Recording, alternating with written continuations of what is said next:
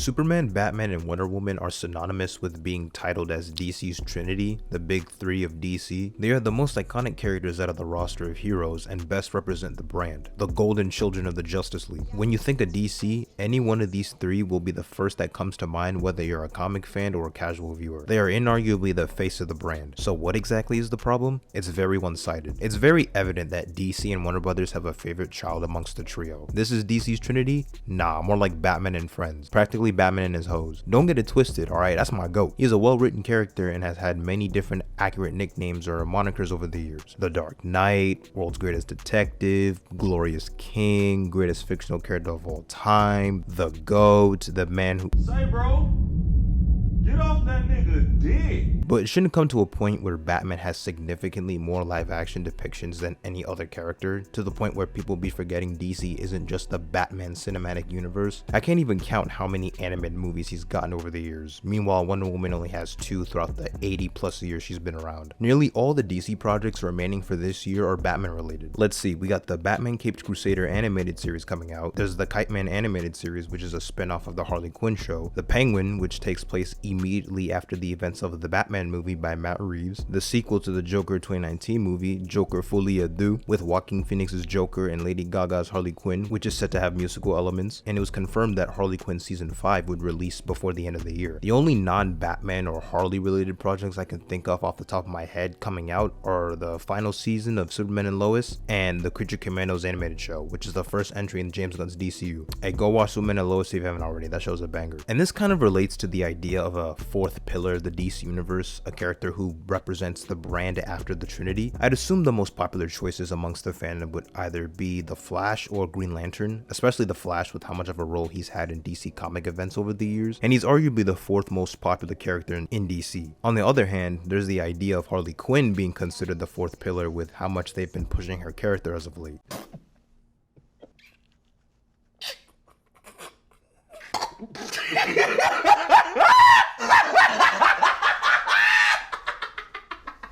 I don't mind, nor do I hate Harley Quinn as a character, but hell nah. I don't know if it's a good idea for a hypothetical 4th pillar to just be another Batman character. She's definitely popular, but her significance doesn't hold up to that of Wonder Woman, who is the most recognizable female hero in comics. Her merchandise does sell well, but creating spin-offs and all these other projects surrounding Harley Quinn over Wonder Woman is crazy work. Also, I ran a poll on this topic not too long ago. It may not be representative of the whole fan base, but I'd like to think a good amount of people have common sense. Out of the 3, it's no doubt that writers have the most trouble on how to handle Wonder Woman's character. They seem to care less about continuing with villains or supporting cast established in previous runs and building upon what was set before. Instead, they prefer to reinvent the wheel and reshape her character as they see fit. Average moviegoers and comic fans can name like 10 Batman villains off the top of their head with little to no difficulty. People can name a handful of Superman's villains with ease. Now let's play a little game, right? Nothing too fancy. Based on your personal knowledge of the character without looking it up, name like 8 Wonder Woman villains who aren't Ares or Cheetah.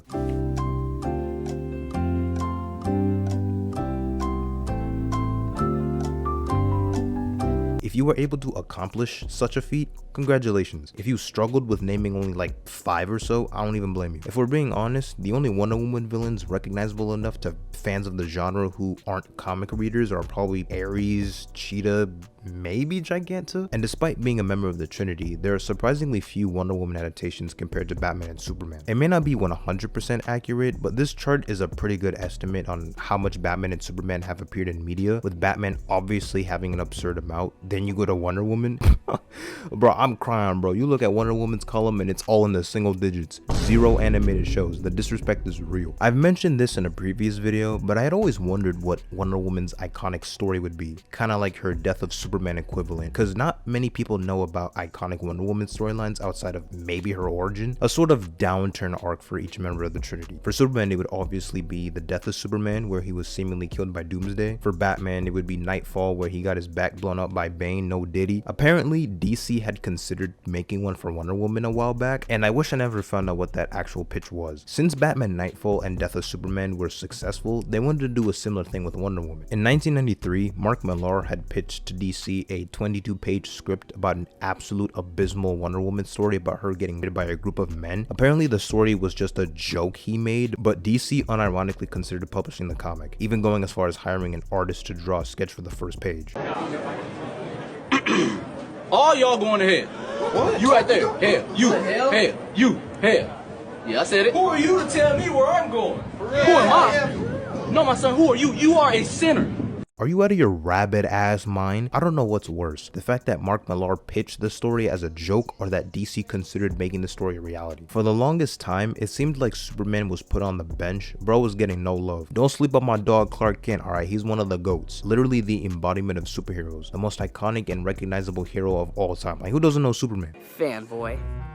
What are you, un-American? He's Superman. I've already made a couple videos about it, but it's just insane how much negative buzz he's gotten from the general public on him being too boring or some nonsense, and how much they've neglected his character in recent years. Before My Adventures with Superman came out, there hadn't been a Superman animated series since, well, Superman the animated series in the 90s. I like My Adventures with Superman for the most part. You know, it's a fun little series. I think its strongest element is the characterization of Clark Kent and Superman. I think they nailed his personality and compassion pretty well. On the flip side, it can be a little jarring to see them take so many creative liberties with the villains, because they are for sure the weakest part of the whole show. So many of them are just tech-based villains, even if they're supposed to be metahumans in the source material. What do you mean this is supposed to be Slade Wilson? That Deathstroke suit is, certainly a design choice. Adaptations aren't copy and paste, and normally I wouldn't mind drastic changes so long as you're telling a good story. And in the case of Batman Caped Crusader, I think it's fine they're going in a different direction visually with a more golden age 1940s aesthetic for some of its characters. Reason being is that we've gotten plenty of Batman adaptations to the point where we know enough about his supporting cast and have seen many traditional versions of them. But with Superman, there haven't really been that many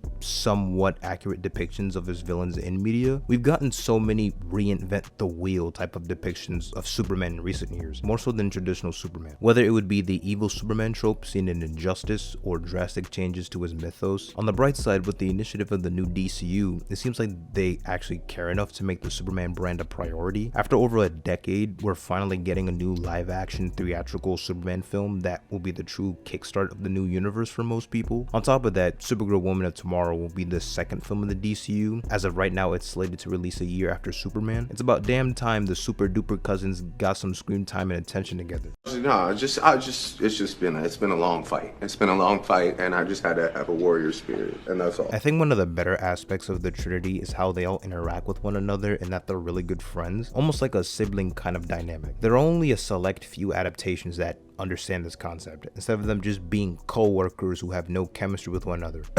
DCEU Snyderverse. Visually speaking, this Trinity had sauce for days, but writing wise, absolute garbage. These three worked together for like 15 minutes. They were acquaintances at best. How many lines were shared between Superman and Wonder Woman just talking to each other? Barely any at all. Ain't nobody trying to hear some Kal-El no type of interaction on screen. They tried to do something with Batman and Wonder Woman as they shared some screen time together, but it was just whatever, I guess. Speaking of which, I do not care about Wonder Woman being in a relationship with either Batman or Superman. Outside the DCEU, I don't think it should be attempted. I don't think it's too bad in that universe, but just keep it there. What's going on between you and Diana? Nothing. She's a respected colleague. Uh-huh. Diana's a remarkable woman. She's a valued friend. She's standing right behind me, isn't she? Don't let that stop you. Keep digging. Shoot, he better than me. If I was in that position, I'm folding like an origami. Then there's the Superman and Wonder Woman ship seen in both the New 52 and the DCAMU for a brief period. I don't see the appeal of those two together. If I don't see Clois on my screen, get out of my sight. Then there's the Injustice universe, which houses the worst depiction of Wonder Woman in the history of anything. She played a major part in Superman's descent into madness and becoming more of a dictator. This is the last time, Bruce. No more secrets, no more schemes. Schemes? I'm not the one who stoked Clark's worst fears. To pacify man's world, Cal needed steel, not compassion. But you didn't bring peace. You started a war. Man, they sure like to toss Wonder Woman and the love interest for Batman or Superman like it's a game of hot potato. What the hell is next?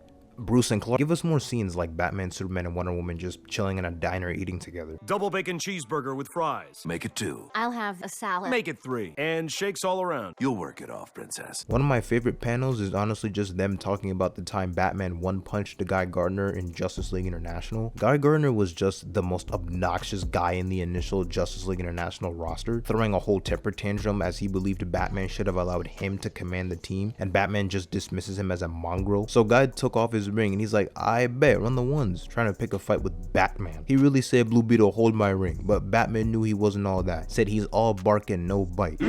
Then Batman threw one punch and he was already on the ground laid out like a bum. Justice League of America issue 0 had that one panel where Batman's telling the story to Superman and Wonder Woman, and Superman tries to pretend like he shouldn't have done that, but even he couldn't hold it in. He was like, yeah, that felt good, didn't it? How much of an imbecile do you have to be to have Batman, Superman, and Wonder Woman all collectively make fun of you, to the point where Batman's being a little goofy goober reenacting the scene and everything? All I'm saying is that the dynamic of these three characters could be portrayed a lot better than they've been in the past handful of years. Don't rely on our knowledge of these characters and claim that they're really great friends who work well together when that's not what I see on screen. Really hone in on Wonder Woman being a part of the big three, because I don't know what DC's problem is in not delving more into her mythos and supporting cast. Here's hope for that upcoming Wonder Woman game by Monolith not being a huge stinker. Give us moments of them just bonding or hanging out with one another, conveying the fact that they're really close friends. The type of people that can comfort Superman after he just lost his father, Jonathan Kent, due to a heart attack. A Trinity movie in the DCU would go astronomically hard. I'm just saying. All three of these characters play a crucial role in being the face of DC Comics, and it's time for DC to actually convey that fact in other media.